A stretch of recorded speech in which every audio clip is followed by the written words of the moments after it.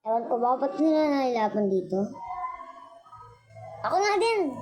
Ito, try it lang. Kung sakaling maabot natin ang paghihirap. Okay lang talaga. So, try it lang to. Maganda.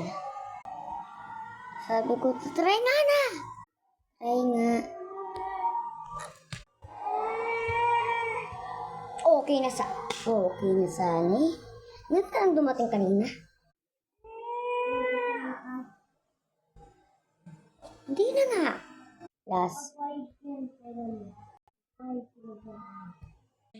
Nakabukas kasi itong pinto. Nakaano kasi ito, nakapatay.